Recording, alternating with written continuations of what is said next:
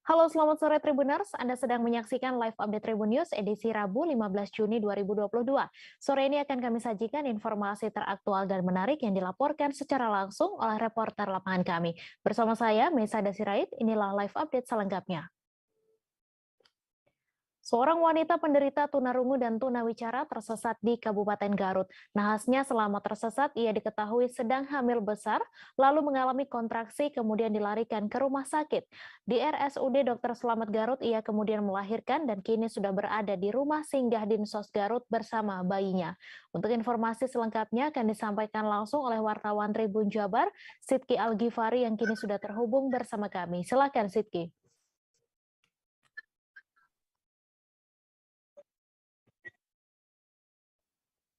Baik, selamat sore Mei, selamat sore Tribuners dimanapun Anda berada. Hari ini terdapat informasi bahwa ada seorang perempuan yang tengah hamil besar tersesat di Garut dan tersesat hingga melahirkan begitu. Kejadiannya pada hari Jumat kemarin, kemudian di kawasan Tragong Kidul.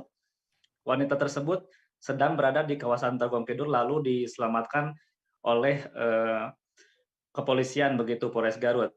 Kemudian saat hendak diperiksa, wanita yang tidak diketahui identitasnya itu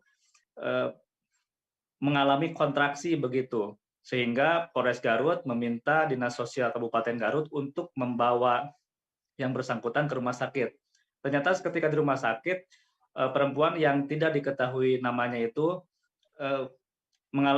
kontraksi, kemudian melahirkan. Kemudian setelah dirawat di rumah sakit, akhirnya Dinas Sosial Kabupaten Garut menggali informasi terkait identitas ibu tersebut, namun karena ia mengalami tunawicara dan tunarunggu, kemudian di dalam tasnya ia tidak membawa satupun identitas, hanya membawa baju dan peralatan lainnya, sehingga saat ini Dinas Sosial Kabupaten Garut masih mencari siapa keluarga dari mana asalnya ibu ini. Sampai sekarang ibu ini diberi nama sementara oleh Dinas Sosial Kabupaten Garut, yaitu Nyonya Y, inisial Y ini saat ini sedang dirawat di rumah singgah di Dinas Sosial Kabupaten Garut. Kemudian bayinya sendiri ada di rumah singgah dalam keadaan sehat, berjenis kelamin perempuan begitu. Dan saat ini Dinas Sosial Kabupaten Garut sedang melakukan tes screening retina di kedua matanya, sehingga diharapkan ibu tersebut dapat diketahui begitu alamat asalnya dari tes screening retina ini. Kemudian Kepala Bidang Rehabilitasi Dinas Sosial Kabupaten Garut, Eli Suherli, mengatakan saat ini pihaknya masih terus mencari identitas asli, mencari pihak keluarganya, dan satu-satunya jalan untuk menemukan ibu ini karena ibu ini membawa handphone namun tidak disertai dengan SIM card, juga tidak disertai dengan aplikasi komunikasi begitu. Namun di dalam handphone tersebut terdapat beberapa gambar yang diduga berasal yang diduga ada di kawasan Kabupaten Garut, di kawasan Nagrek dan sekitarnya. Jadi kemungkinan ibu Y ini domisilinya berasal dari Kabupaten Bandung atau Nagrek. Jadi kondisi sekarang masih di Dinas Sosial dalam keadaan sehat, Mei.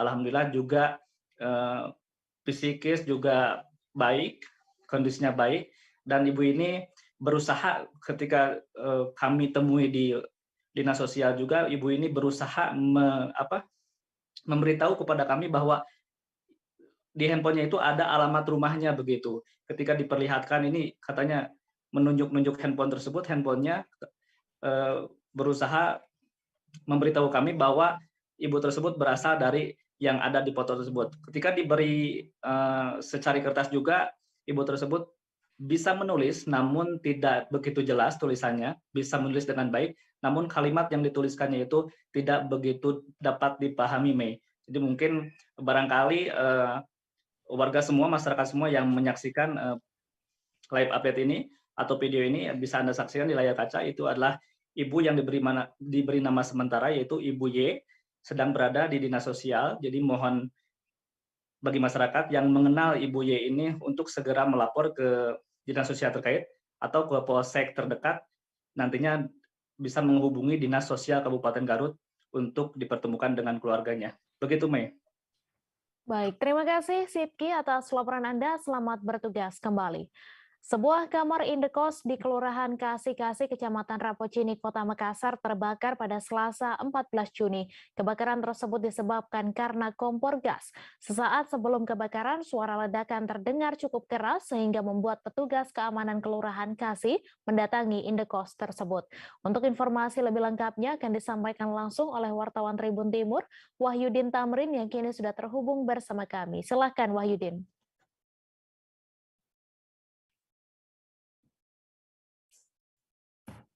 Baik, rekan Mei dan Tribuners dimanapun berada, dapat kami laporkan sebuah kebakaran terjadi di Jalan Tamalate 4, Setapak 23 di Kelurahan Kasih-Kasih, Kecamatan Rapocini, Kota Makassar pada hari Selasa tanggal 14 Juni 2022 pagi. Jadi kejadian terjadi pada pagi hari. Saat itu pemilik indekos tersebut sedang memasak, kemudian masuk ke kamar mandi untuk mandi. Namun pada saat sementara mandi terjadi ledakan, tiba-tiba gas atau pada saat memasak gas tersebut meledak sehingga membuat api menyala dan membakar seluruh isi kamar indekos tersebut. Nah, berasal dari ledakan tersebut terdengar oleh petugas keamanan yang berada di kelurahan tersebut dengan nama Pak Denny. Jadi Pak Denny tiba-tiba mendengar suara tersebut dan pada saat tiba di lokasi, api sudah membesar dari dalam indekos sehingga dia kesulitan untuk memadamkan api. Tidak berselang lama, warga pun juga berkumpul dan bersama-sama berusaha untuk memadamkan api di kamar tersebut. Dan api berhasil padam saat pemadam kebakaran tiba. Dan setelah api padam, Denny masuk ke dalam kamar tersebut dan tidak menduga ternyata pemilik kamar tersebut berada di dalam sebuah kamar mandi yang juga berada di dalam kamar indekos tersebut. Dan dia melihat pemilik indekos tersebut sedang dalam keadaan telanjang dan kulitnya melepuh. Pak Denny mengatakan hampir 90% kulit dari pemilik kos tersebut melepuh sehingga segera ia dibawa ke rumah sakit Grace Delina yang berlokasi di Jalan Hertasning, tidak jauh dari lokasi kebakaran. Keluarga ataupun warga ataupun Pak Denny sendiri belum mengetahui identitas pemilik kos tersebut sebab mereka mengatakan bahwa pemilik kos tersebut baru ada sekitar 1 minggu menempati indekos tersebut sehingga identitasnya belum diketahui secara pasti. Nah, akibat kebakaran tersebut seluruh isi kamar tersebut hangus, baik itu spring bed yang tersisa besi atau pegas dan beberapa kayu serta sejumlah barang-barang dapur lainnya seperti panci dan wajan yang juga masih tersisa, yang lainnya hangus terbakar seperti pakaian dan sebagainya, serta beras juga berhamburan di dalam kamar tersebut. Demikian rekan Mei yang dapat kami laporkan dari Tribun Timur, dari Makassar. Terima kasih Wahyudin Tamrin atas laporan Anda. Selamat bertugas kembali. Dan Tribuners, wartawan kami juga telah menghimpun wawancara dengan petugas keamanan Kelurahan Kasih-Kasih. Berikut tayangan untuk Anda. Saya coba buka pintu kamar mandi, tiba-tiba kaki tak ganjal, karena terganjal di kaki di pintu kamar mandi. Saya dorong, ada korban di dalam. Oh, di dalam kamar mandi, Pak? Kamar mandi. Sekitar jam berapa tadi itu, Pak? Kalau jam saya kurang tahu, karena saya tidak pakai jam. Saya cuma selamatkan korban ke rumah sakit. Sampai di rumah sakit, dirujuk lagi rumah sakit besar ke Selina. Tapi awalnya tadi kita lihat tahu kebakaran dari mana itu? Kalau awalnya tidak, api sudah besar baru saya datang. Oh, sudah besar iya. Pada saat saya masuk sini, orang tidak bisa menghadapi. Saya paksa diriku untuk masuk untuk memadamkan api. Iya. Saya yang saya tahu. Oh, jadi sementara kebakaran kita masuk ke dalam. Iya. Baru padamkan semua api. Baru korbannya ada di kamar mandi. Iya, saya tidak tahu bila ada korban, ada orang di kamar mandi dan padam itu baru ada. Saya dorong pintu baru tahu bila ada orang. Kalau kondisinya itu korban Pak bagaimana? Kalau luka bakar bukan luka bakar, dia melepuh namanya. Oh melepuh di Melepuh itu badan. sudah 90% dia punya Badannya. tubuhnya. Hmm, Mulai dari muka sampai semua itu ada kelamin apa melepuh semua. melepuh semua. Karena akibat uapan panas. Oh. Bukan kebakar, uapan. Oh uapan dia Kayak jadi. open tuh. Hmm. Nah, itu. Oh jadi sementara mandi anu itu Pak. Sementara di kamar mandi dia mau keluar nggak bisa nih. Iya iya. Itu pun saya tidak tahu karena saya fokusku itu hampir bisa padam apinya. Karena saya takut ya sapi ngerembet semua ke warga. Iya iya. Itu yang saya. Agustini, warga Kelurahan Pangkalalang, Kecamatan Tanjung Pandan, Kabupaten Belitung terkejut ketika mendengar petir di sekitar rumahnya pada Selasa 14 Juni. Rasa terkejutnya kian bertambah sebab kilatan petir tersebut tiba-tiba menyambar gudang kayu di samping rumahnya. Akibatnya bangunan kayu tempat sang suami menyimpan barang elektronik seperti panel listrik, trafo, dan lainnya terbakar.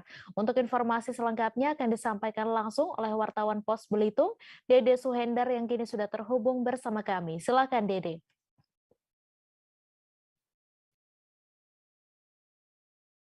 Ya, baik Mei dan Tribuners, bisa kami sampaikan pada hari Selasa tanggal 14 Juni 2022 kemarin, satu unit gudang kayu milik Anwar atau yang terletak di Jalan Cekeh, Kelurahan Pangkalalang, Kabupaten Belitung, ludes terbakar yang diduga akibat sambaran petir sekitar pukul 14.25 sore. Kronologis berawal waktu itu ketika wilayah Kota Tanjung Pandan sedang diguyur hujan lebat disertai petir. Waktu itu Agustini, istri dari Amran, pemilik gudang tersebut, memang sedang berada di rumah dan mendengar gemuruh petir yang cukup keras. Kemudian dirinya melihat gudang kayu milik suaminya yang digunakan untuk menyimpan barang-barang elektronik sekaligus bengkel untuk memperbaiki barang-barang elektronik tersebut terbakar. Dirinya sempat terkejut kemudian berlari ke arah gudang tersebut, namun ketika berada di depan gudang terdengar suara ledakan dari dalam sehingga dirinya mengurungkan niat untuk masuk ke dalam. Tak berapa lama gudang kemudian ludes dimakan api dan kemudian tetangga sekitar langsung menghubungi petugas damkar dari BPBD Kabupaten Belitung. Menurut keterangan dari Komandan Regu 2 Damkar BPBD Kabupaten Belitung, titik api memang berasal dari sebuah kotak yang menyerupai trafo ataupun sebuah mesin yang kemudian tersambar kilat menyebabkan titik api dan membakar gudang kayu yang berukuran sekitar 4 x 6 meter tersebut. Dari sisa-sisa kebakaran bisa dilihat merupakan kotak-kotak panel dan juga ada sisa-sisa kabel dan open listrik. Namun untuk kepastian penyebab kejadian tersebut, petugas damkar memang tidak langsung masuk ke dalam area yang terbakar mengingat aliran listrik masih menyala pada saat kebakaran terjadi. Untuk mengurangi risiko, oleh sebab itu petugas damkar hanya melihat dari pinggiran lokasi. Demikian, Mei. Baik, terima kasih Yang di Dede atas Brimob ya, Bang? laporan Anda. Yang di Dan Brimob itu, Tribuners, wartawan kami juga telah menghimpun wawancara dengan Komandan Regu 2 Damkar BPBD Belitung. Berikut tayangannya untuk Anda. Ada informasi ada kebakaran dari warga, terus kita ke TKP sampai kita memadamkan api. Kita tanya sama warga yang menyaksikan itu, informasinya sambar petir, Bang. Untuk sambaran awalnya di mana, Bang? Apa di Kalau kita lihat titik apinya itu ada seperti trafo, Bang, di bawah di dalam rumah itu. trafo listrik, Bang, atau gimana? Ya, mungkin itu kayak sejenis mesin genset apa gimana lah gitu, Bang. Cuman tadi kita mau ngecek posisi yang seperti mesin tadi itu aliran listrik masih aktif, Bang. Yaitu ya, jadi kita tidak mendekati karena tadi hujannya deras, takut anggota stroke. Sekitar jam berapa kejadian? Lebih kurang tadi itu laporan ke kita jam 2.25, jam 14.25. Itu rumah atau gimana, Bang? Diinformasi sama warga rumah, tapi di dalamnya itu banyak barang-barang kabel-kabel listrik. Yang diinformasikan katanya pegawai PLN. Tidak ada korban Tidak ada korban jiwa, tidak ada. Kalau kerugian material sendiri, Bang? Kita belum tidak prediksi ke material itu berapa kerugiannya. Proses berapa lama? Proses alhamdulillah kita 15 menit. Mungkin dibantu hujan. Ya mungkin dibantu hujan tadi. Kejadiannya pas hujan deras atau gimana, Bang? Hujan deras tadi, Bang. Girder proyek kereta cepat Jakarta-Bandung nyaris menyundul kepala pengendara di jembatan Curug Raya Pondok Gede, Kota Bekasi. Video sejumlah pengendara harus menundukkan kepala saat melintas viral di media sosial, di mana tampak petugas proyek mengawal arus lalu lintas di jembatan. Untuk informasi selengkapnya akan disampaikan langsung oleh wartawan Tribun Jakarta, Yusuf Bahtiar yang kini sudah terhubung bersama kami. Silakan Yusuf. Selamat sore Mei dan juga Tribuners, bisa saya sampaikan sebelumnya sempat beredar kabar bahwa girder ataupun beton dari proyek tol Becakayu di Jalan Kalimalang sempat ambrol ataupun rubuh dan pengendara diimbau untuk tidak melintas, bahwa kabar tersebut adalah hoax atau tidak benar. Namun yang benar adalah bahwa girder ataupun beton dari proyek kereta cepat Jakarta Bandung yang hampir menyentuh dari permukaan jembatan Antilop atau sebelumnya kami tulis Curug. Adapun dari kabar yang sempat viral ini, ternyata di jembatan Antilop ini sedang dilakukan proyek tol Becakayu, proyek kereta cepat, di mana girder yang ada di dekat jembatan memang hampir menyentuh permukaan jembatan, karena konstruksi jembatan ini memang belum disesuaikan dengan adanya proyek kereta cepat. Adapun dari penutupan ataupun kondisi ini sudah terjadi sejak kemarin, di mana pihak dari pelaksana proyek maupun warga setempat memang sepakat untuk tidak menutup jembatan agar lalu lintas masyarakat setempat tidak terganggu. Alhasil dari proyek ini yang merupakan jembatan lama tetap berfungsi, namun untuk ketinggian dari kendaraan yang dapat melintas hanya maksimal 1,7 meter. Adapun dari jembatan lama ini sebenarnya sedang dilakukan pembangunan jembatan baru yang nantinya sudah disesuaikan konstruksinya dengan tinggi girder proyek kereta cepat, di mana proyek dari jembatan baru ini akan menggantikan jembatan lama yang posisinya persis di samping dari jembatan lama. Jembatan baru sendiri rencananya akan rampung pada akhir Juli 2022 mendatang, di mana setelah dari proyek jembatan barunya sudah rampung, jembatan lama akan ditutup dan tidak difungsikan kembali. Adapun dari keterangan Dinas Bina Marga Kota Bekasi, warga dan juga pemerintah setempat sebenarnya meminta agar pelaksana proyek membangun jembatan baru terlebih dahulu, namun karena schedule dari pembangunan kereta cepat yang begitu padat, sehingga antara pembangunan jembatan baru dan juga penaikan girder proyek dilakukan secara paralel dan lalu lintas tetap bisa digunakan untuk mobilitas masyarakat tanpa menutup jembatan secara total, begitu nih. Baik, terima kasih Yusuf Bahtiar atas laporan Anda. Selamat bertugas kembali. Kepolisian daerah Kalimantan Selatan terus memonitor terkait dugaan adanya anggota organisasi Khilafatul Muslimin di Kalimantan Selatan, khususnya di Kabupaten Taping, Provinsi Kalimantan Selatan. Polisi juga memantau perkembangan penanganan soal papan nama bertuliskan Khilafatul Muslimin yang dipasang seorang warga di rumahnya. Untuk informasi selengkapnya akan disampaikan langsung oleh wartawan Banjarmasin Post, Ahmad Maudodi, yang kini sudah terhubung bersama kami. Silahkan Ahmad. Baik, terima kasih Mei, dapat kami laporkan dari Banjarmasin Kalimantan Selatan. Ini sebelumnya kami sudah melakukan konfirmasi dengan Kabid Humas Polda Kalsel, Kombes Pol Muhammad Rifai. Beliau mengatakan spanduk bertuliskan Khilafatul Muslimin itu dipasang oleh seorang warga di Desa Rumintin, Kecamatan Tapin Selatan, Kabupaten Tapin, Provinsi Kalimantan Selatan, di mana spanduk itu sebenarnya sudah sempat diturunkan setelah dilakukan pendekatan oleh masyarakat setempat, namun kembali dinaikkan oleh yang bersangkutan. Kabid Humas Polda Kalsel ini menyebut langkah-langkah klarifikasi saat ini masih dilakukan bersama Pemda setempat, termasuk Kesbangpol Kabupaten Tapin, sehingga belum dapat dipastikan apakah ada arah dugaan tindak pidana atau tidak. Karena tengah dalam upaya penanganan, Komisi Judisial mengimbau agar masyarakat tetap tenang, tidak melakukan hal-hal yang membuat keruh situasi. Sedangkan di 12 kabupaten kota lainnya di Kalsel ini pemantauan juga terus dilakukan oleh intelijen kepolisian terhadap dugaan adanya pengikut atau jaringan Khilafatul Muslimin.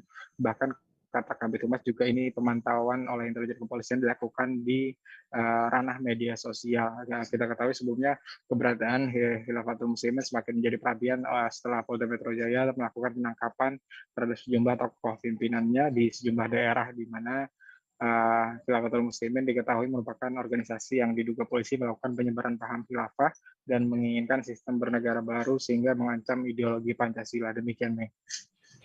Baik, terima kasih Ahmad Maudodi atas laporan Anda, dan Tribuners, wartawan kami juga telah menghimpun wawancara dengan Kabid Humas Polda Kalsel. Berikut tayangannya untuk Anda.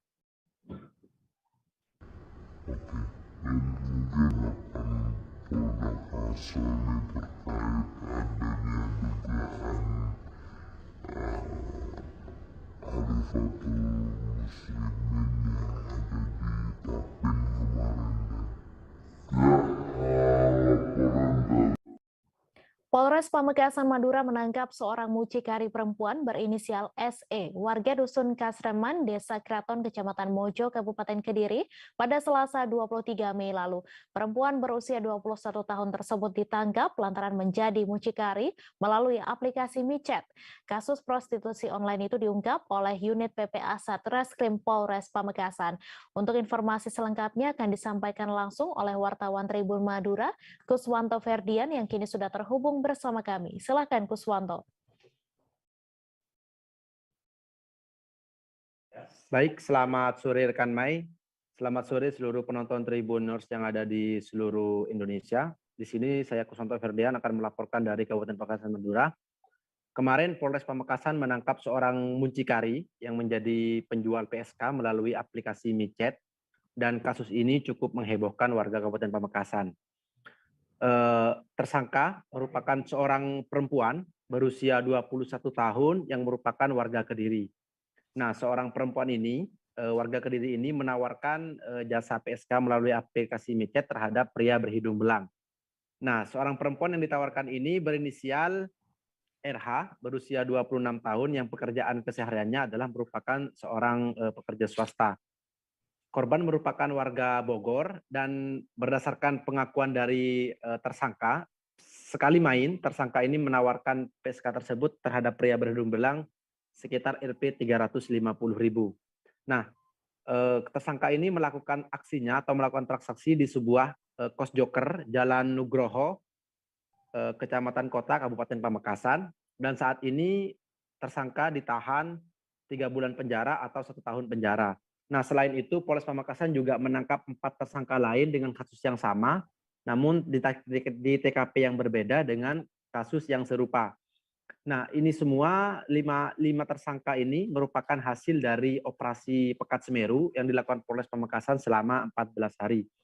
Nah, PSK ini juga diketahui sering menjadi germo, selain di aplikasi micet juga menjadi germo secara transaksi langsung atau melalui transaksi tatap muka.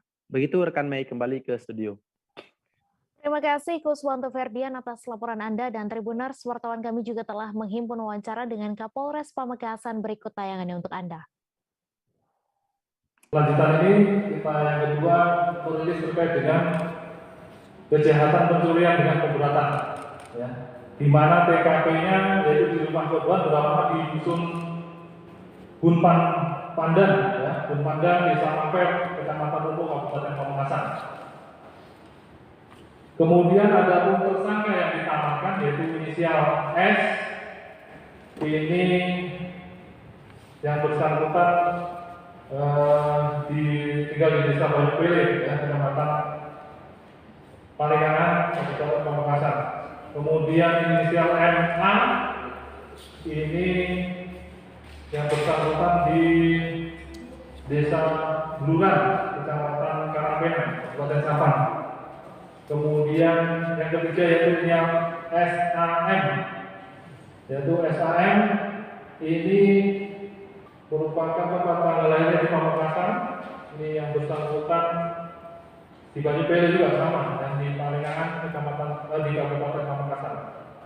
Ada pun barang bukti yang berhasil kita amankan, yaitu yang pertama 1 unit sepeda motor merek Honda warna putih biru, ya putih biru ini berarti sudah bit F1, ya. Kemudian yang kedua 1 unit sepeda motor merek Honda warna putih hijau, ya ini yang sebelah kiri saya sama Honda Fit juga. Kemudian ada juga kita amankan BPKB sepeda motor, ya. Ini kita amankan juga BPKB-nya. Jadi 1 motor ini diamankan ataupun di satu TKP, ya.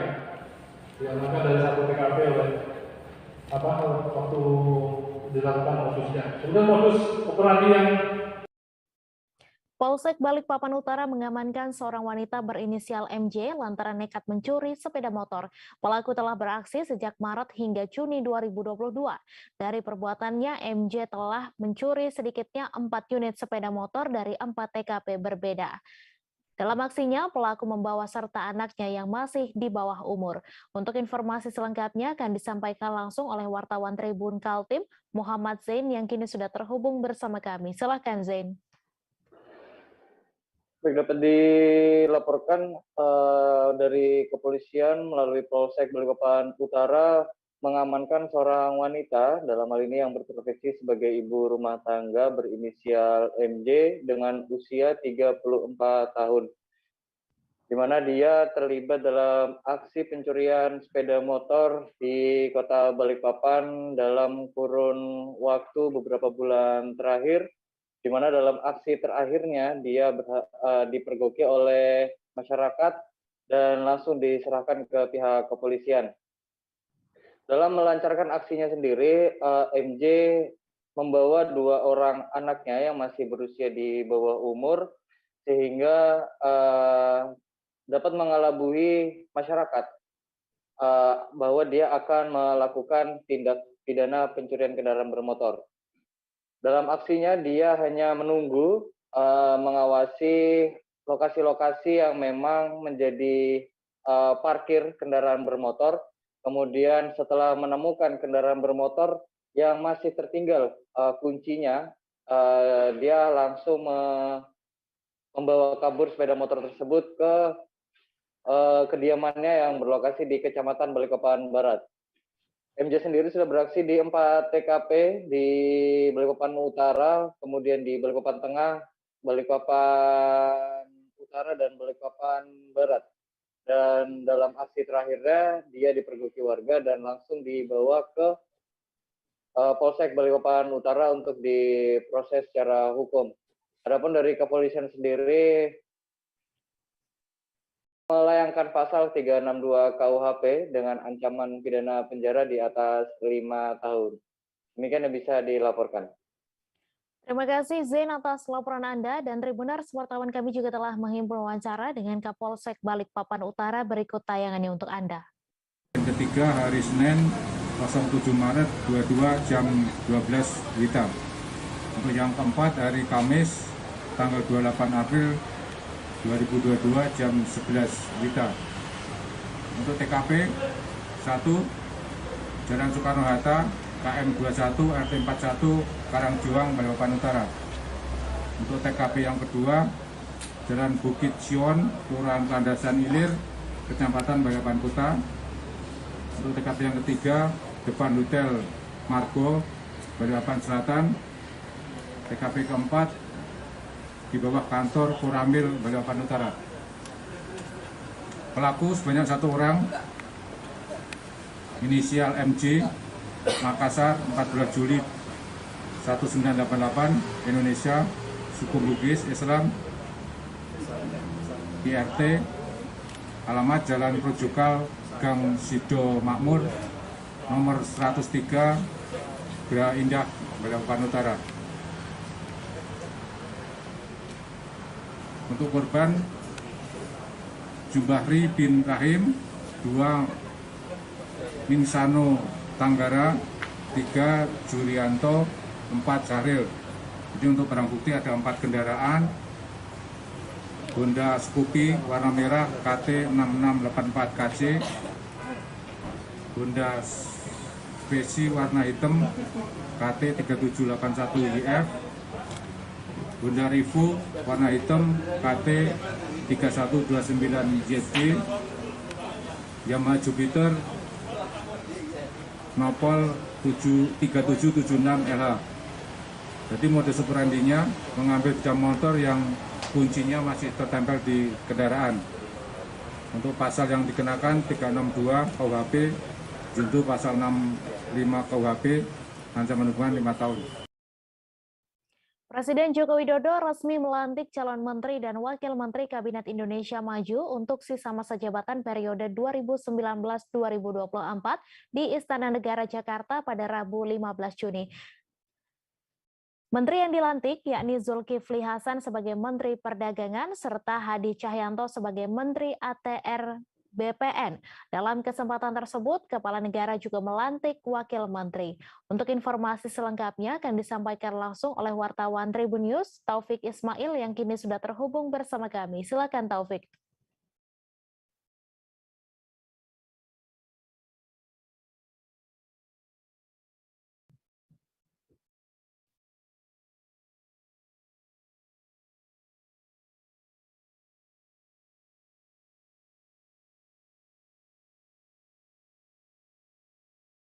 Pejabat yang diantaranya 2 menteri dan 3 wakil menteri di Istana Negara.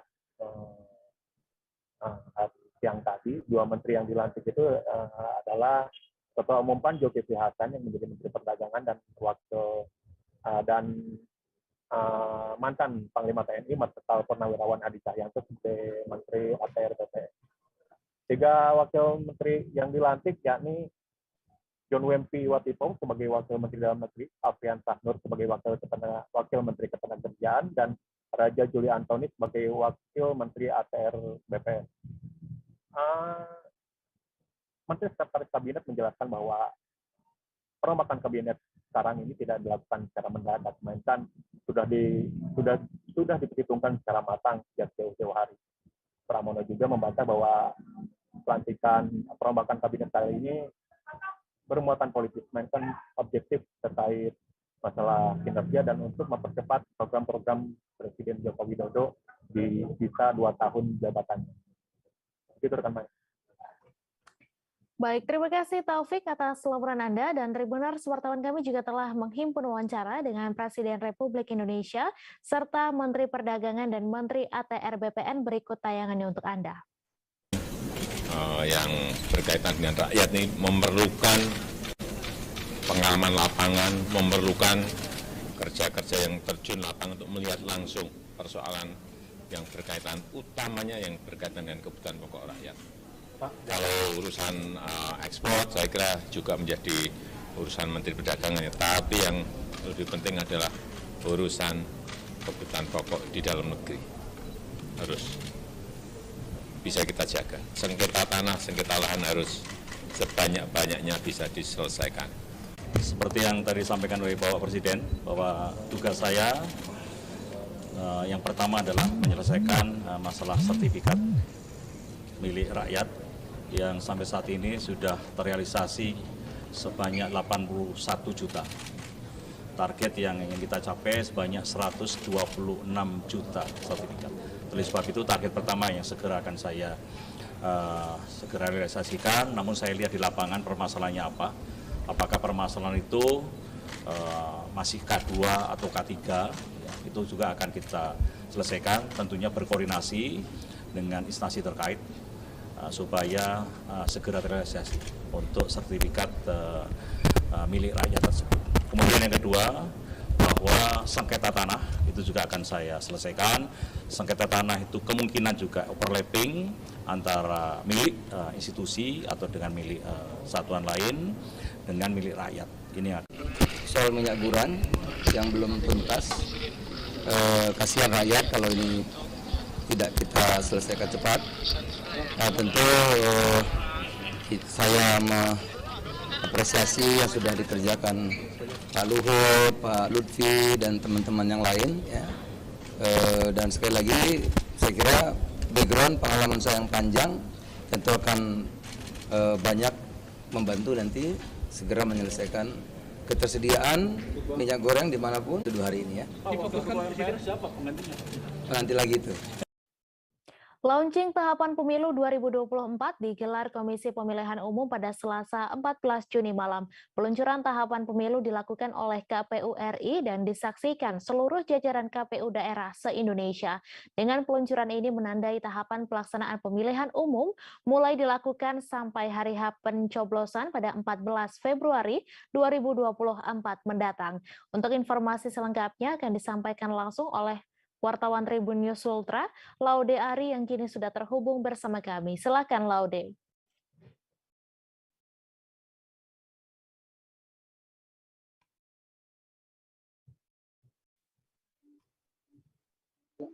Terima kasih rekannya. Launching pelaksanaan tahapan pemilu yang sudah berlangsung pada kemarin malam sekitar pukul 8 malam di waktu di Kota Kendari. Kemudian peluncuran tahapan pemilihan yang akan digelar di Indonesia ini pada 2024 mendatang ini dilakukan di KPU RI di Jakarta, kemudian disaksikan oleh seluruh jajaran KPU yang ada di daerah, termasuk KPU Kota Kendari. Nah, di KPU Kota Kendari sendiri dari seluruh komisioner melakukan nonton bersama via Zoom untuk peluncuran tahapan pemilu 2024 dan dihadiri oleh Kapolsek Mandonga yang mewakili Kapolres Kota Kendari, kemudian dari pihak Kodim 1413 Salwole Kendari, dan ada juga dari pemerintah Kota Kendari. Ketua KPU Kota Kendari Pak Jumal Saleh mengatakan bahwa untuk tahapan awal yang akan dilakukan KPU Kota Kendari untuk verifikasi tahapan pemilu 2024 ini, 2022 ini akan dilakukan pemutahiran data pemilih atau jumlah pemilih yang ada di Kota Kendari. Kemudian yang kedua akan dilakukan verifikasi partai politik yang akan dilakukan di partai politik yang ada di Kota Kendari. Namun untuk aturan atau mekanisme verifikasi partai politik ini, Jumal mengatakan untuk verifikasinya aku masih menunggu dari keputusan dari KPU RI. Artinya partai politik yang akan diverifikasi di daerah masih menunggu dari keputusan atau partai politik yang mendaftar di KPU RI di Jakarta. Kemudian untuk yang kedua yang akan dilakukan KPU Kota Kendari yaitu pemutahiran data pemilih atau jumlah pemilih yang ada di Kota Kendari, karena dari daftar pemilih berkelanjutan yang diperoleh KPU Kota Kendari hingga bulan Mei kemarin itu jumlah pemilih mencapai 231.000. Dengan jumlah ini mencatat bahwa ada sekitar 31.000 jumlah pemilih baru yang ada di Kota Kendari. Nah, Jumal mengatakan untuk dua tahapan ini kemungkinan akan dilaksanakan di 2022 ini. Begitu rekan nih, laporan nasional. Terima kasih Laude Ari atas laporan Anda, dan Tribuners, wartawan kami juga telah menghimpun wawancara dengan Ketua KPU Kota Kendari. Berikut tayangannya untuk Anda. Yang kita saksikan itu adalah peluncuran tahapan pemilu 2024. Artinya berarti secara resmi mulai hari ini atau mulai malam ini tahapan pemilu 2024 dimulai. Dan selanjutnya nanti sesuai dengan PKPU nomor 3 tahun 2022 tentang tahapan dan jadwal, maka tahapan pemilu akan berjalan secara simultan sesuai dengan tahap yang ada dalam tahapan atau sesuai dengan dalam PKPU tersebut. Nah, jika melihat yang ada di dalam PKPU itu, PKPU 3 tahun 2022 ini, bahwa ada 4 tahapan, ya, 5 tahapan yang jalan di tahun 2022 ini.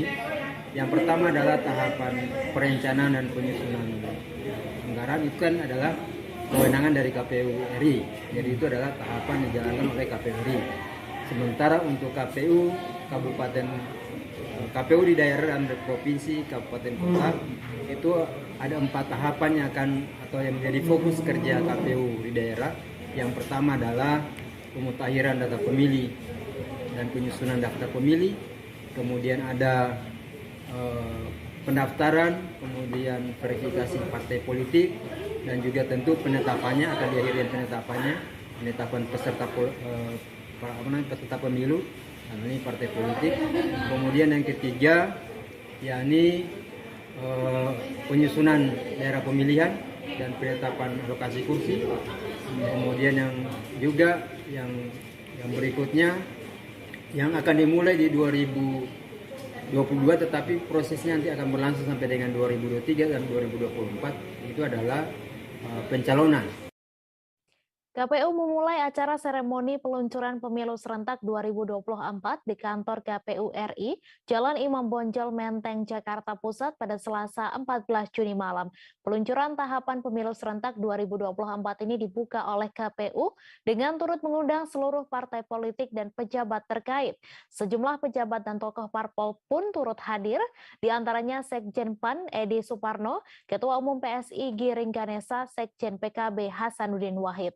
Untuk informasi selengkapnya akan disampaikan langsung oleh wartawan Tribun News, Danang Triatmojo yang kini sudah terhubung bersama kami. Silakan Danang.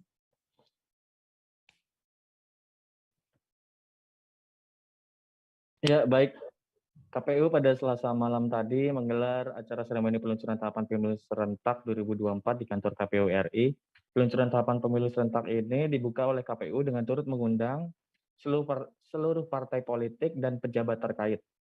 Sejumlah pejabat dan tokoh parpol yang turut hadir antara lain yang telah disebutkan tadi yaitu Sekjen PAN Edi Suparno, Ketua Umum PSI Giring Ganesa, Sekjen PKB Hasanuddin Wahid, kemudian Mendagri Tito Karnavian, Menkominfo Joni G. Plate, lalu Ketua Dewan Kehormatan Penyelenggara Pemilu Muhammad dan Ketua Bawaslu Rahmat Bagja. Kemudian hadir pula Ketua Komisi 2 DPR RI Ahmad Doli Kurnia dan terakhir Ketua DPR RI Puan Maharani. Peluncuran ditandai dengan penekanan tombol dimulainya tahapan pemilu 2024 oleh jajaran pimpinan KPU RI, Mendagri, dan Ketua DPR RI. Tahapan pelaksanaan pemilu serentak 2024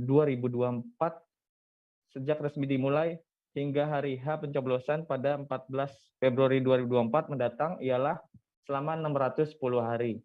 Ketua KPU RI Hasyim Asyari dalam sambutannya mengingatkan kepada jajarannya untuk bekerja berdasarkan azas kepemiluan, yaitu luber jurdil, yang mengandung arti langsung, umum, bebas, rahasia, serta jujur dan adil. Sementara itu, Ketua DPR RI Puan Maharani menegaskan sejak awal DPR bersama pemerintah dan KPU serta elemen masyarakat punya komitmen untuk melaksanakan pemilu serentak 2024. Puan juga mengaku DPR sama sekali tak membahas soal penundaan pemilu. Sebab kata dia, berdasarkan Undang-Undang Nomor 7 Tahun 2017, berdasarkan tentang pemilu, telah diatur bahwa pelaksanaan pemilu dilakukan setiap 5 tahun sekali. Demikian. Baik, terima kasih Danang atas laporan Anda, dan Tribuners, wartawan kami juga telah menghimpun wawancara dengan Ketua DPR RI. Berikut tayangannya untuk Anda. Pemilu harus dilaksanakan. Tidak ada pembahasan untuk penundaan, tidak ada pembahasan untuk mengulur-ngulur, melainkan jelas dari awal sesuai dengan Undang-Undang Nomor 7 Tahun 2017 tentang pemilihan umum bahwa pemilu dilaksanakan setiap 5 tahun sekali. Sejumlah massa buruh yang tergabung dalam Partai Buruh menggelar aksi unjuk rasa di depan gedung DPR RI Jakarta Pusat pada Rabu 15 Juni.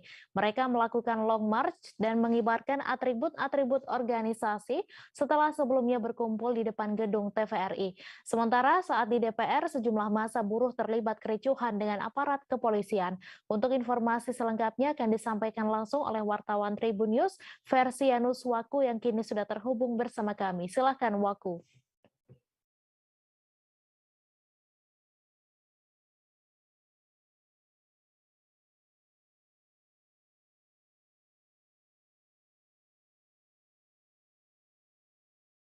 Oke, baik rekan, selamat sore.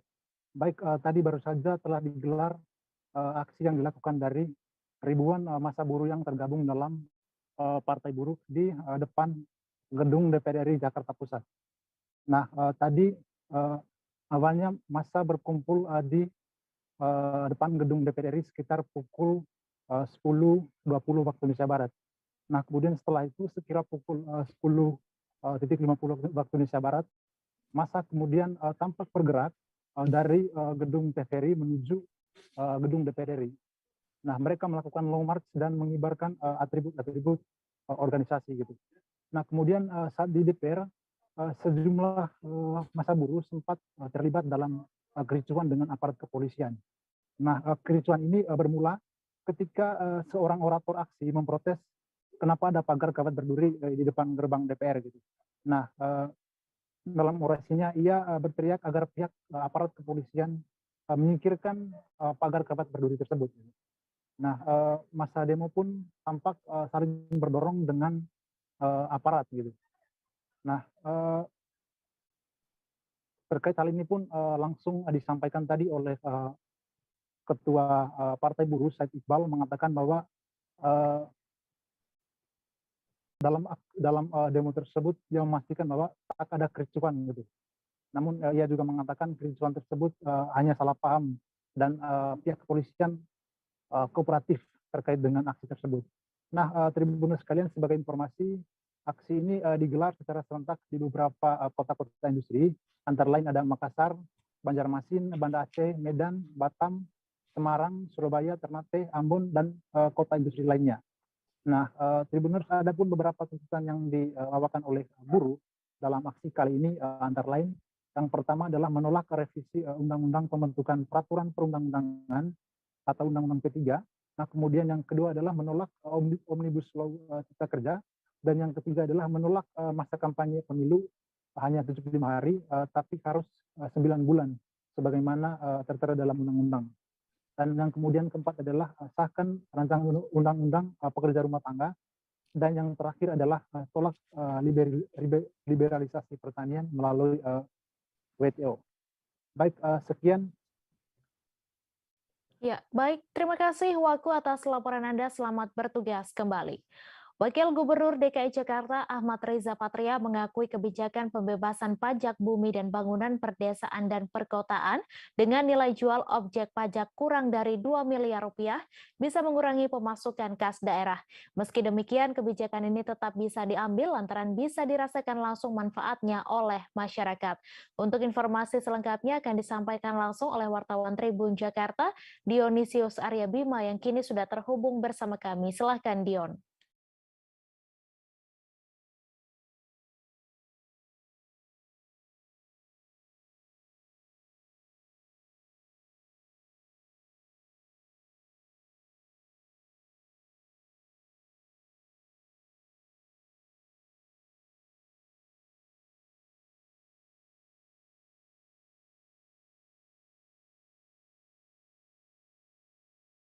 Wakil Presiden Republik Indonesia Ma'ruf Amin melakukan kunjungan kerja ke Provinsi Jambi. Dalam kunjungan kerja tersebut, Ma'ruf Amin menyambangi 3 lokasi berbeda, yakni STAI Ma'arif Jambi, Rumah Dinas Gubernur Jambi, dan Pondok Pesantren Al-Jauharen.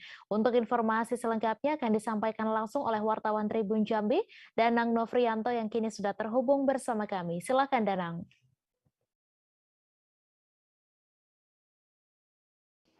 Ya, rekan Mei. Terima kasih, rekan Mei.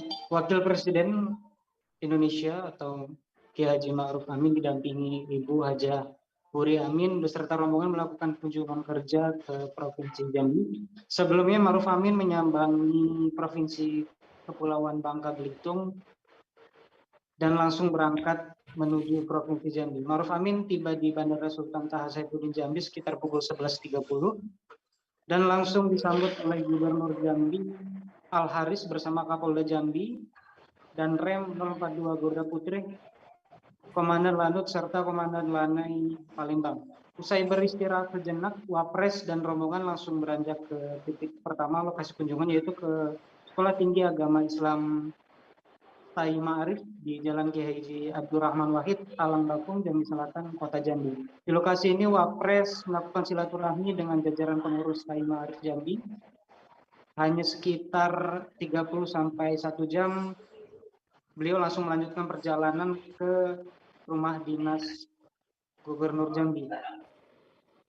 Rumah dinas Gubernur Jambi setelah tiba beliau langsung menyerahkan bantuan dari Basnas, santunan dari BPJS Ketenagakerjaan dan bantuan dari Kementerian Sosial dan bantuan dari Wapres kepada masyarakat Jambi yang secara simbolis diberikan kepada perwakilan yang sudah hadir di rumah dinas Gubernur. Setelah menyerahkan bantuan tersebut, Wapres langsung dijamu makan siang sekaligus melakukan istirahat selama kurang lebih 1,5 jam berada di rumah dinas beliau. Kiai Haji Ma'ruf Amin beserta rombongan pada pukul 14 langsung melanjutkan perjalanan menuju Pondok Pesantren Al Jauharen di seberang kota Jambi. Di lokasi ini Wapres juga menyerahkan bantuan program Santripreneur dari Basnas kepada para santri yang ada di Pondok Pesantren Al Jauharen. Usai acara tersebut, Wapres beserta rombongan langsung menuju bandara untuk kembali ke Jakarta. Begitu rekan Mei. Terima kasih Danang atas laporan Anda. Selamat bertugas kembali. Wakil Gubernur DKI Jakarta Ahmad Riza Patria mengakui kebijakan pembebasan pajak bumi dan bangunan, perdesaan dan perkotaan dengan nilai jual objek pajak kurang dari 2 miliar rupiah bisa mengurangi pemasukan kas daerah. Kendati demikian, kebijakan ini tetap bisa diambil lantaran bisa dirasakan langsung manfaatnya oleh masyarakat. Ariza pun menekankan bahwa Pemprov DKI bukan merupakan organisasi yang ingin mencari keuntungan. Untuk informasi selengkapnya akan disampaikan langsung oleh wartawan Tribun Jakarta, Dionisius Arya Bima yang kini sudah terhubung bersama kami. Silahkan Dion. Ya Tribuners, jadi memang Gubernur DKI Jakarta Anies Baswedan menggratiskan pajak bumi dan bangunan, perkotaan, perdesaan atau PBB P2 untuk rumah dengan NJOP di bawah 2 miliar. Ketentuan ini tertuang dalam Peraturan Gubernur Nomor 23 Tahun 2022 tentang kebijakan penetapan dan pembayaran PBB P2 sebagai upaya pemulihan ekonomi tahun 2022. Terkait hal ini, Wakil Gubernur DKI Ahmad Riza Patria mengatakan kebijakan ini diambil demi pemulihan ekonomi yang sempat babak belur selama masa pandemi COVID-19. Meski diakui mempengaruhi pendapatan daerah, Riza menyebut Pemprov DKI tak ingin memberatkan masyarakat. Ia pun menegaskan Pemprov DKI bukan organisasi yang berorientasi pada keuntungan. Kebijakan yang diambil Anies ini sendiri banyak menuai polemik dan mendapat tanggapan beragam dari banyak kalangan. Seperti yang disampaikan oleh fraksi PSI DPRD DKI Jakarta yang juga mengkritik kebijakan Anies ini. Ketua fraksi PSI Anggara Wicitra Sastroamidjoyo mengatakan kebijakan ini dibuat lantaran Anies gagal mewujudkan janji kampanyenya untuk menyediakan hunian layak bagi warga Jakarta. Di awal masa kepemimpinannya, Anies mencanangkan pembangunan 250.000 unit hunian rumah DP 0 rupiah. Namun, hingga akhir masa jabatannya yang akan berakhir pada Oktober mendatang, realisasi yang sudah terbangun tak lebih dari 1.000 unit. Anggara mengatakan pembebasan PBB P2 ini bukan pertama kali dilakukan di Jakarta. Ia pun menyebut kebijakan ini merupakan warisan dari pendahulunya yaitu Gubernur Jokowi dan Ahok. Anies pun disebut hanya mengubah besaran nilai NJOP dari sebelumnya. Baik, terima kasih Dion atas laporan Anda dan Tribuners, wartawan kami juga telah menghimpun wawancara dengan Wakil Gubernur DKI Jakarta, berikut tayangannya untuk Anda. Di DKI Jakarta ini seperti apa, Bu? Taman-taman di Jakarta yang seperti sudah disampaikan, itu kan kita lakukan revitalisasi ya, sesuai dengan kemampuan pembiayaan kita ya, sumber pembiayaan apa dari APBD ya, kerjasama dengan kolaborasi dengan pihak swasta. Prinsipnya kita melakukan pembangunan kota Jakarta agar lebih baik ya, lebih indah, lebih keren, lebih menarik ya, dan lingkungan perlu kita perhatikan termasuk taman ya. Sudah berapa banyak yang sudah direvitalisasi, Pak? Ya kan sudah pernah disampaikan, sudah lebih dari 100 taman yang direvitalisasi. Polsek Pemali Polres Bangka menggelar vaksin berhadiah door prize 1 unit sepeda motor pada Selasa 14 Juni di Balai Desa Pemali, Kecamatan Pemali, Kabupaten Bangka. Hadiah door prize motor dan hadiah lainnya langsung menarik minat masyarakat di Desa Pemali. Kantor Balai Desa Pemali sudah mulai didatangi warga sejak pukul 7.30 waktu Indonesia Barat, padahal pelayanan vaksin baru dimulai pada pukul 8.30 waktu Indonesia Barat. Untuk informasi selengkapnya akan disampaikan langsung oleh wartawan Bangka Pos, Dedi Marjaya yang kini sudah terhubung bersama kami. Silakan Dedi.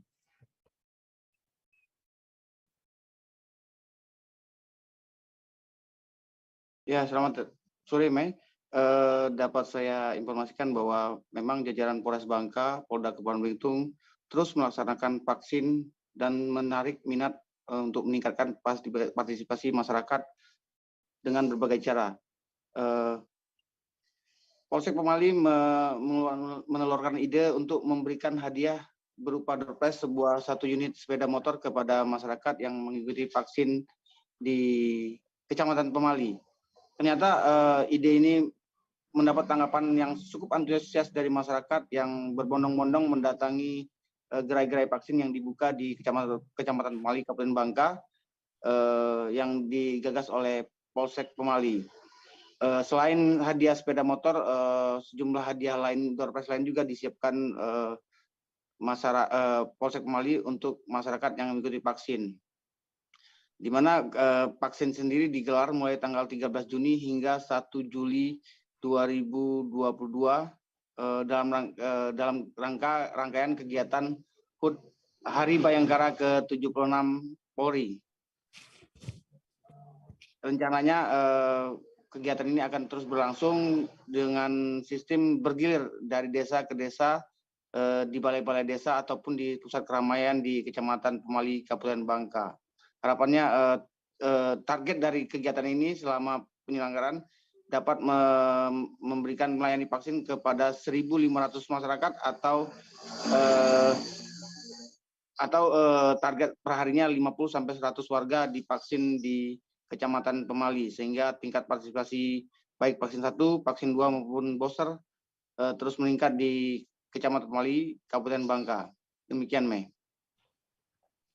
Terima kasih Dedi atas laporan Anda. Selamat bertugas kembali. Dan Tribuners, wartawan kami juga telah menghimpun wawancara dengan Kapolsek Pemali. Berikut tayangannya untuk Anda. Sesuai dengan arahan pimpinan kami, pimpinan Bapak Kapolres, kita dalam rangka HUT Bayangkara melaksanakan kegiatan berupa kegiatan bakti sosial, kemudian giat-giat anyasana maupun giat-giat vaksinasi. Khusus vaksinasi COVID di wilayah Pemali tetap berjalan di tiap harinya dengan sasaran dosis 1, dosis 2 maupun booster. Jadi kami sampaikan untuk meningkatkan minat masyarakat, kami memancing dengan stimulus door prize nantinya berupa sepeda motor yang nantinya akan diundi di akhir bulan nanti. Harapan kami antusiasme masyarakat untuk mengikuti vaksin tinggi dan yang terutama mencegah penularan tertular COVID-19 di. Untuk target selama kegiatan berapa banyak Pak Kapolsek? Kami diberi target untuk 1 hari minimal 50 sasaran. Dengan 1 bulan ini kami upayakan mencapai 1.500 sasaran. Antusias masyarakat gimana untuk mulai hari ini terlihat? Dari kemarin kami sudah berlima tangan untuk antusiasme masyarakat sangat tinggi. Kita lihat bersama untuk di Pemali sendiri sudah cukup banyak, walau sudah baru 1 jam berjalan, tapi animo masyarakat sudah 30-an itu antusiasme masyarakat. Mungkin ada harapan dan himbauan kepada masyarakat terkait vaksin ini, Pak? Tentunya harapan kami menyampaikan bahwa kita jangan terlena untuk. Momen peringatan Hari Donor Darah Sedunia yang jatuh pada Selasa 14 Juni dilaksanakan sederhana di kantor PMI Kota Tarakan. Di momen ini sekaligus bersamaan di launching alat apresis yang resmi dimiliki dan dioperasikan PMI Kota Tarakan.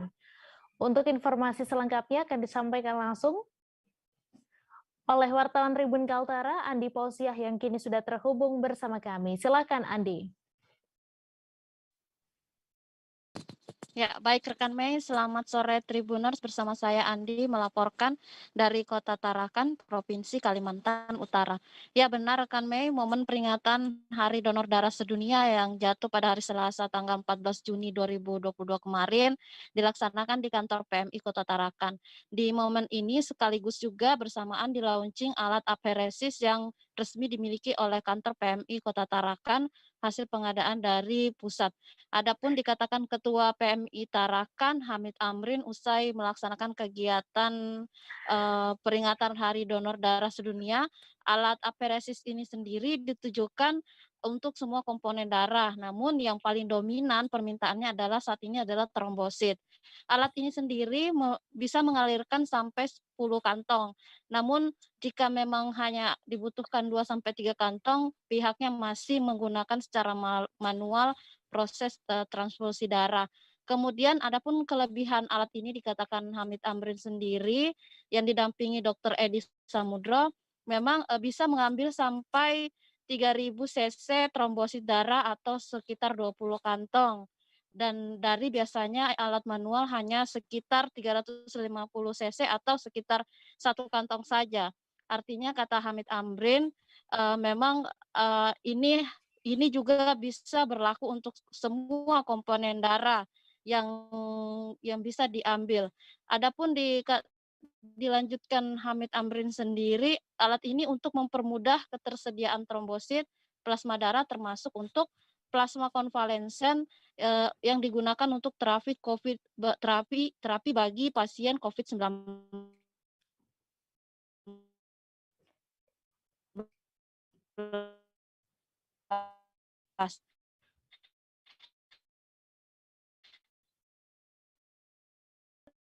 Kemudian Hamid Amrin bersama instalasi lain, stakeholder, semua dan secara mobile ketika diminta oleh PMI Tarakan.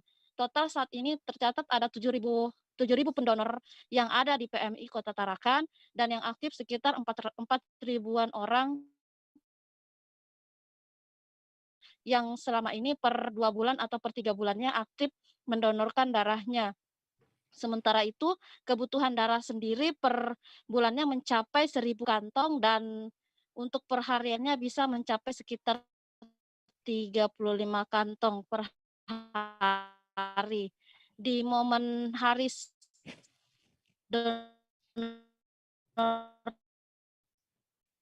Darah Sedunia ini dikatakan Hamid beralasan kemanusiaan dan ia juga menyatakan bahwa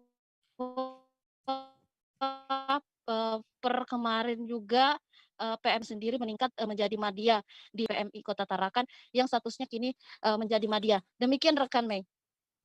Terima kasih Andi Pausia atas laporan Anda dan Tribuners. Wartawan kami juga telah menghimpun wawancara dengan Ketua PMI Kota Tarakan. Berikut tayangannya untuk Anda. Darah di Kota Tarakan. Bahkan tidak hanya di Kota Tarakan, juga kadang-kadang permintaan dari Bulungan, dari KTT, dari Malinau. Bagi PMI itu tidak mengenal wilayah. Karena kita mandat kemanusiaan. Kadang-kadang kurang di kita minta di luar. Kalau kita kurang, kita minta dari Jawa Timur, dari mana saja. Itu adalah upaya. Tetapi yang lebih penting kegiatan donor darah adalah menggugah kesadaran masyarakat. Walaupun tadi dilaporkan ada 7.000 orang yang terdaftar sebagai donor di PMI. Yang aktif itu Pak? Yang aktif itu berapa tadi? 4.000-an ya? Ya, yang aktif itu sekitar 4.000-an. Tetapi kan dia tidak bisa tiap bulan. Sekarang Kegiatan monitoring PMT Bumil KEK dan Anak Stunting 2022 digelar di kantor Camat Talibura. Hadir dalam kegiatan tersebut Wakil Tim Penggerak PKK Kabupaten Sika Matil Dewoga. Dalam kegiatan tersebut Matil Dewoga memberikan makanan tambahan untuk anak stunting dan ibu hamil. Untuk informasi selengkapnya akan disampaikan langsung oleh wartawan Tribun Flores Arnold Welianto yang kini sudah terhubung bersama kami. Silakan Arnold. Baik, Mei dan juga Tribuners dimanapun Anda berada, memang benar Wakil Ketua Tim Penggerak PKK Kabupaten Sika menggelar monitoring pemberian makanan tambahan bagi ibu hamil dan anak-anak stunting di salah satu wilayah di Kabupaten Sika, itu di Kecamatan Talibura. Dalam kegiatan tersebut, Wakil Ketua PKK Kabupaten Sika, Matilde Boga, memantau secara langsung pemberian makanan tambahan bagi ibu hamil dan juga anak-anak stunting yang diselenggarakan di kantor desa Talibura, di mana dalam kegiatan tersebut Matilde Boga juga memberikan makanan secara simbolis, memberikan makanan tambahan untuk anak stunting dan ibu hamil. Matilde juga mengingatkan akan pentingnya menjaga asupan gizi untuk anak-anak, karena anak harus diberikan gizi yang seimbang agar bisa tumbuh kuat dan sehat. Selain itu, Ketua hadir dalam kegiatan tersebut, Camat Talibura dan juga Ketua TPPKK Kecamatan Talibura juga memantau langsung kegiatan PMT di Desa Talibura, di mana selain memantau langsung, Camat dan juga Ibu Ketua PKK Kecamatan Talibura juga memberikan secara simbolis makanan tambahan bagi ibu hamil dan anak-anak stunting. Sementara itu Camat Talibura dalam kegiatan monitoring tersebut mengatakan kegiatan ini untuk mempersiapkan generasi ke depan agar lebih baik, terutama memberantas stunting di wilayah daerah Talibura. Memang di Kecamatan Talibura sendiri angka stuntingnya tertinggi yang ada di wilayah Desa Talibura. Namun hingga saat ini pemerintah masih terus berupaya untuk memutuskan dan 0% angka stunting di wilayah Kecamatan Talibura. Demikian, Mei. Terima kasih Arnold atas laporan Anda. Selamat bertugas kembali. Duta Besar Uni Eropa untuk Indonesia, Vincent Piquet, mengawali rangkaian Trade and Investment Visit delegasi Uni Eropa ke sejumlah provinsi di Indonesia. Provinsi pertama yang disinggahi adalah Nusa Tenggara Barat. Dalam kunjungan tersebut, Vincent mengatakan NTB sebagai salah satu provinsi potensial yang akan melakukan kerjasama dengan negara-negara Eropa. Untuk informasi selengkapnya akan disampaikan langsung oleh wartawan Tribun Lombok, lalu Muhammad Helmi Akbar yang kini sudah terhubung bersama kami. Silakan Helmi. Baik, terima kasih rekan Mei dan juga Tribuners. Duta Besar Uni Eropa untuk Indonesia, Vincent Piquet, mengawali rangkaian Trade and Investment Visit delegasi Uni Eropa ke sejumlah provinsi di Indonesia. Provinsi pertama yang disinggahi Duta Besar Uni Eropa untuk Indonesia yakni Provinsi Nusa Tenggara Barat. Dalam kunjungan tersebut, Vincent Piquet mengatakan NTB sebagai salah satu provinsi potensial yang akan melakukan kerjasama dengan negara-negara di Eropa. Terdapat sejumlah sektor yang bisa dijajaki Uni Eropa, negara-negara di Eropa, jika ingin bekerja sama dengan Nusa Tenggara Barat. Salah satunya yakni sektor pertanian, industrialisasi, teknologi, UMKM, pariwisata perikanan seperti lobster, seafood, hingga udang. Hal tersebut dikatakan Vincent Piquet saat menghadiri dinner discussion bersama dengan jajaran pemerintah Provinsi NTB bertempat di Pendopo, Gubernur Nusa Tenggara Barat di Kota Mataram. Ia melihat sejauh ini investor-investor asal Uni Eropa banyak yang tertarik menanam modalnya di NTB. Pihaknya akan coba menghubungkan pebisnis di Uni Eropa dengan di Nusa Tenggara Barat. Vincent meminta Pemprov NTB juga terlibat aktif melakukan hal-hal strategis guna menarik lebih banyak investor, khususnya yang berasal dari negara-negara Eropa. Sejauh ini, ia mengapresiasi sejumlah program yang telah dilakukan pemerintah Provinsi NTB yang telah menjalin kemitraan dengan sejumlah negara di Eropa. Salah satu yang menjadi atensi maupun perhatian dari Vincent Piquet yakni kerjasama pemerintah Provinsi NTB dengan sejumlah negara Eropa, khususnya di bidang pendidikan, yakni berkaitan dengan program pengiriman 1000 cendekia atau beasiswa luar negeri yang diinisiasi oleh pemerintah Provinsi NTB. Dalam kesempatan yang sama, pemerintah Provinsi NTB yang diwakili Sekda NTB lalu Gita Aryadi merespon positif apa yang disampaikan oleh Dubes Uni Eropa untuk Indonesia itu. Menurutnya, sejauh ini kerjasama NTB dengan negara-negara Eropa diklaim sangat baik. Terdapat sejumlah kerjasama yang sudah dilakukan oleh pemerintah Provinsi Nusa Tenggara Barat dengan negara-negara di Eropa seperti Polandia, Swedia, hingga Denmark. Pihaknya mengaku akan memberikan karpet merah bagi investasi negara-negara Eropa di NTB. Selain itu, pada kesempatan yang sama juga disampaikan bahwa mantan juara UFC dunia Habib Nurmagomedov akan melakukan investasi di Nusa Tenggara Barat. Investasi yang akan dilakukan Habib Nurmagomedov yakni pendirian atau pembangunan sebuah resort yang lokasinya berada di Kabupaten Lombok Timur dan berada di area 3 Gili, yakni Gili Trawangan, Gili Meno, dan Gili Air. Adapun jumlah investasi yang ditelurkan oleh Habib Nurmagomedov yakni sebesar 400 miliar. Demikian, Mei. Terima kasih Helmi atas laporan Anda, dan Tribuners, wartawan kami juga telah menghimpun wawancara dengan Vincent Piquet. Berikut tayangan untuk Anda. Perusahaan-perusahaan yang ada di sini. Terakhir Bang, ya.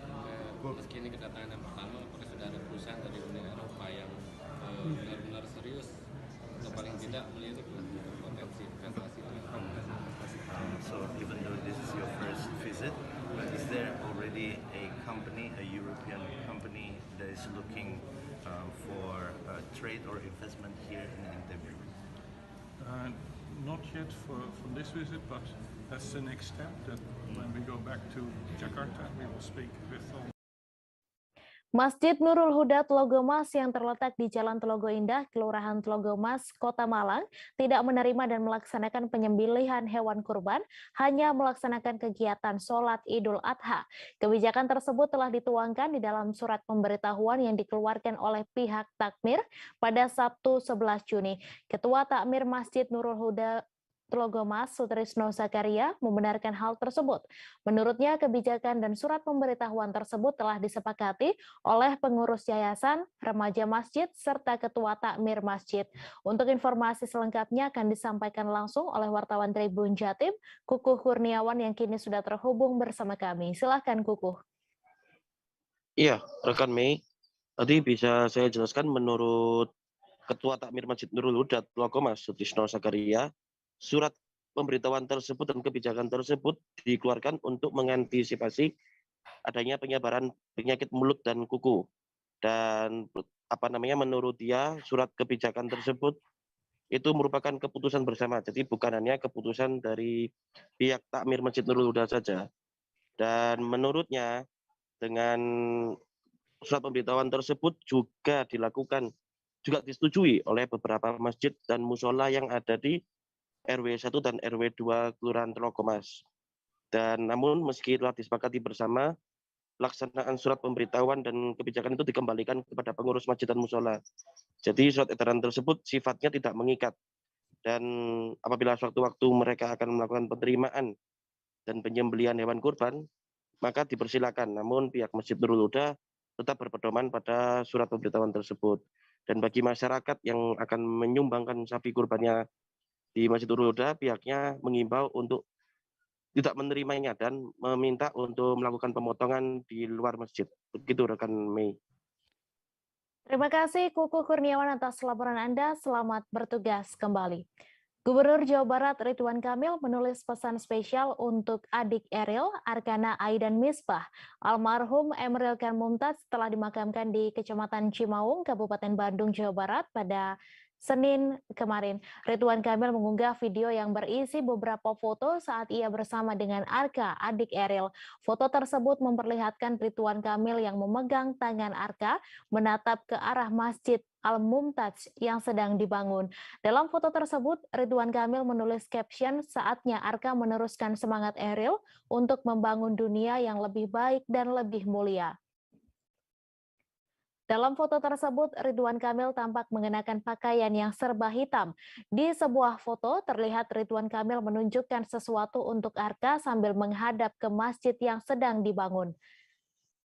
Unggahan video itu diiringi lagu yang berjudul A Thousand Years. Sementara itu, sore ini di Gedung Pakuan kembali digelar doa bersama untuk Eril. Acara doa, zikir, dan khatmil Quran untuk Eril bersama anak yatim serta duafa didampingi keluarga dan handai taulan.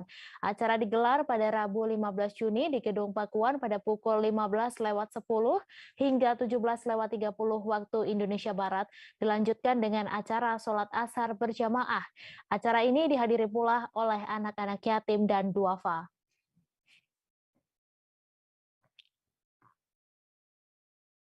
Mantan Menteri Pemuda dan Olahraga Roy Suryo mengatakan alasan dirinya menghapus unggahan foto stupa Candi Borobudur yang diedit dengan wajah Presiden Joko Widodo agar masyarakat tidak memperoleh informasi sesat. Selain itu, Roy Suryo mengungkapkan dihapusnya unggahan itu demi masalah terkait wacana naiknya tiket Candi Borobudur menjadi Rp750.000 kembali kepada proporsinya.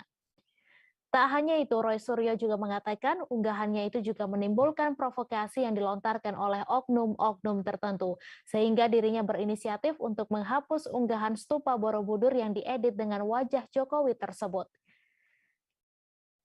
Selain itu, menanggapi namanya menjadi trending topik di Twitter, Roy menganggap hal tersebut hanyalah pengalihan isu yang dilakukan oknum tertentu.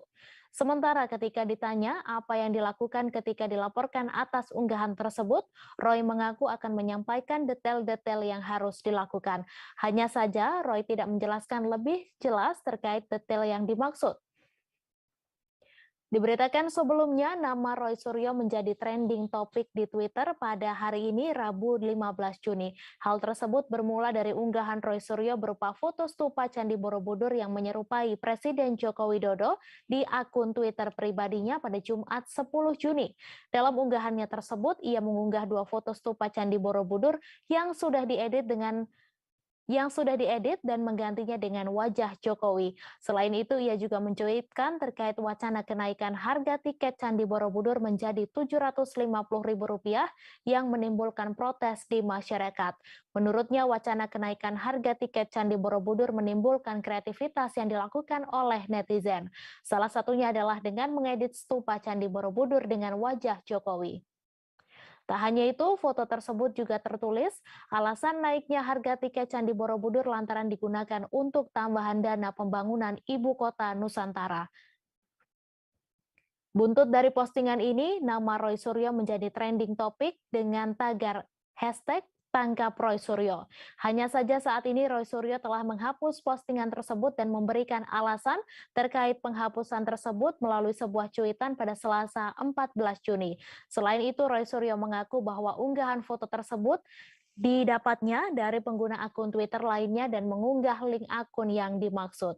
Hingga Rabu pagi, tagar Tangkap Roy Suryo menjadi trending topik nomor 1 di Twitter dengan 10,5 ribu cuitan. Beragam komentar pun dituliskan oleh netizen terkait postingan foto Roy Suryo tersebut.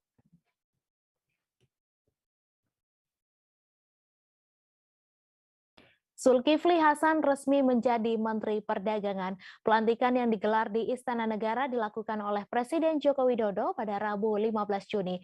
Zulkifli Hasan menggantikan Muhammad Lutfi sebagai Menteri Perdagangan. Adapun Zulkifli Hasan bukanlah orang baru sebagai negarawan. Ia adalah Ketua Umum PAN. Ia juga pernah menjabat Ketua MPR RI 2014 hingga 2019. Sosok Zulkifli Hasan lahir di Lampung Selatan pada 17 Mei 1962. Ia adalah Ketua Umum dari Partai Amanat Nasional. Ia pernah menjabat Ketua MPR RI pada 2014 hingga 2019. Zulkifli Hasan menghabiskan masa kecilnya di Lampung dan bersekolah di Jakarta. Selepas masa SMA, Zulkifli Hasan kemudian melanjutkan di Universitas Krishna Dwipayana sebagai mahasiswa Fakultas Ekonomi. Sebelum aktif di dunia politik, Zulkifli Hasan tercatat pernah menjabat sebagai Presiden Direktur dan Komisaris di beberapa perusahaan. Zulkifli Hasan masuk ke dunia politik dengan bergabung ke Partai Amanat Nasional. Zulkifli Hasan tercatat pernah menjabat sebagai Ketua Departemen Logistik PAN hingga Sekretaris Jenderal PAN pada 2005 hingga 2010. Pada 2015, Zulkifli Hasan ditunjuk untuk menjadi Ketua Umum PAN. Dari 2008 hingga 2009, Zulkifli Hasan didapuk sebagai Ketua Panitia Angket BBM DPR dan kemudian dirinya dipercaya oleh Presiden Susilo Bambang Yudhoyono menjadi Menteri Kehutanan pada Kabinet Indonesia Bersatu Jilid 2. Tahun 2014, Zulkifli Hasan berhasil memenangkan Pileg dengan perolehan suara dari daerah pemilihan Lampung 1. Pada 8 Oktober 2014, Zulkifli Hasan dipilih sebagai Ketua MPR dengan memenangkan voting di sidang paripurna yang berlangsung dari tanggal 7 Oktober 2014 dengan memperoleh 347 suara. Zulkifli Hasan juga pernah meraih beberapa penghargaan, satu diantaranya yaitu Bintang Jasa Mahaputra Adi Pradana dari Presiden Republik Indonesia.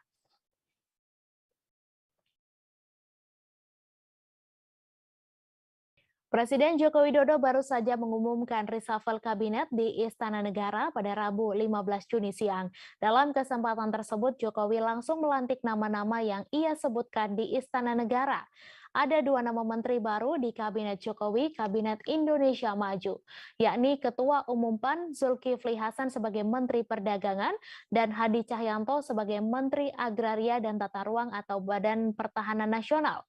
Selain itu, ada 3 nama wakil menteri baru yang juga dilantik di hari yang sama, yakni Wempi Wetipo sebagai Wakil Menteri Dalam Negeri, Afrian Syahnur sebagai Wakil Menteri Ketenagakerjaan, dan terakhir ada Raja Juli Antoni sebagai Wakil Menteri Agraria dan Tata Ruang Pertahanan Nasional. Lalu siapa sosok Raja Juli Antoni? Anggota Partai Solidaritas Indonesia yang kini sudah menjadi bagian Kabinet Indonesia Maju.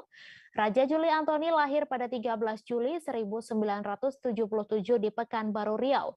Pria berusia 44 tahun tersebut menjabat sebagai Sekretaris Dewan Pertimbangan DPP PSI. Sebelum bergabung dengan PSI, ia merupakan politikus PDIP 2009 hingga 2014. Tony merupakan lulusan IAIN Jakarta pada tahun 2001 dengan menulis penelitian berjudul Ayat-Ayat Jihad. Tahun 2004, Tony mendapat beasiswa Chevening Award untuk studi master di The Department of Peace Study, The University of Bradford, Inggris. Pada tahun 2010, dengan beasiswa dari Australian Development Scholarship, meneruskan studi doktoral di School of Political Science and International Study, The University of Queensland, Australia. Raja Juli Antoni juga aktif menulis berbagai media nasional. Pada tahun 2015, Raja Juli pernah mencalonkan diri sebagai Ketua Umum PP Muhammadiyah. Raja Juli memilih mundur dan tak melanjutkan proses pencalonan. Tony yang merupakan mantan Ketua Umum Pimpinan Pusat Ikatan Pelajar Muhammadiyah ini mengatakan sebagai kader ia paham bahwa salah satu kekuatan Muhammadiyah adalah kesadaran Muhammadiyah secara institusional menjaga jarak yang sama dengan partai politik apapun. Dengan demikian dakwah Muhammadiyah dapat terus berlangsung dan memiliki kekuatan moral yang independen untuk bekerja sama maupun mengkritik pemerintah. Kini, Raja Juli telah resmi dilantik oleh Presiden Jokowi sebagai Wakil Menteri Agraria dan Tata Ruang atau Badan Pertahanan Nasional pada Rabu 15 Juni.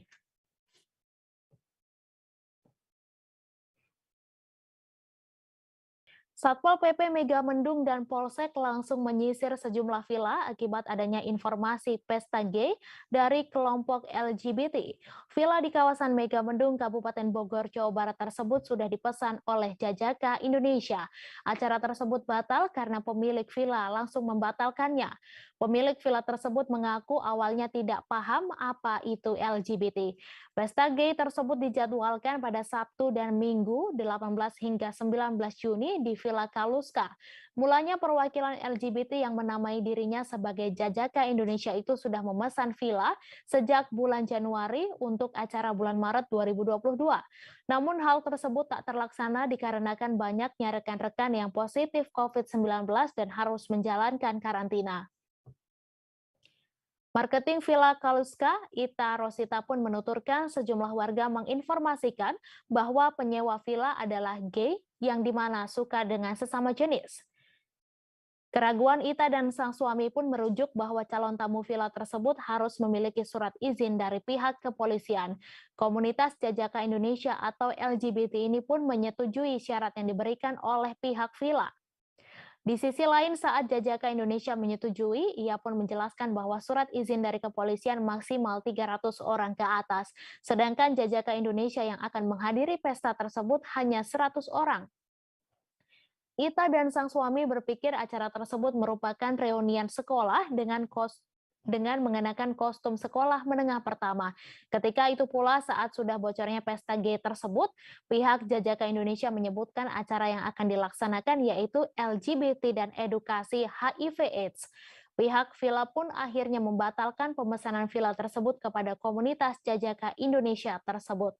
Diketahui pula banyaknya pihak kepolisian yang datang ke lokasi villa memastikan kebenaran adanya pesta gay di kawasan Puncak Kabupaten Bogor. Diketahui pula saat pembatalan, Jajaka Indonesia didampingi oleh ormas berinisial PP. Kanit Pol PP Kecamatan Megamendung, Iwan Relawan mengatakan acara tersebut memang belum sempat terlaksana.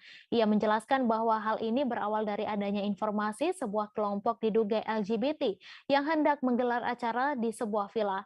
Kelompok diduga LGBT ini dikabarkan sudah memesan sebuah villa untuk acara malam minggu. Satpol PP Megamendung dan Polsek sudah mengecek villa-villa sejak pekan-pekan sebelumnya karena adanya informasi yang beredar. Ia juga mengatakan akan kembali melakukan pengecekan ke villa-villa mengenai hal tersebut.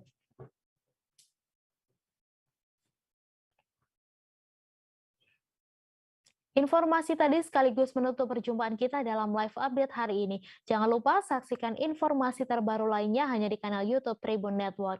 Saya Mesa Desirait beserta kru yang bertugas pamit. Terima kasih dan sampai jumpa.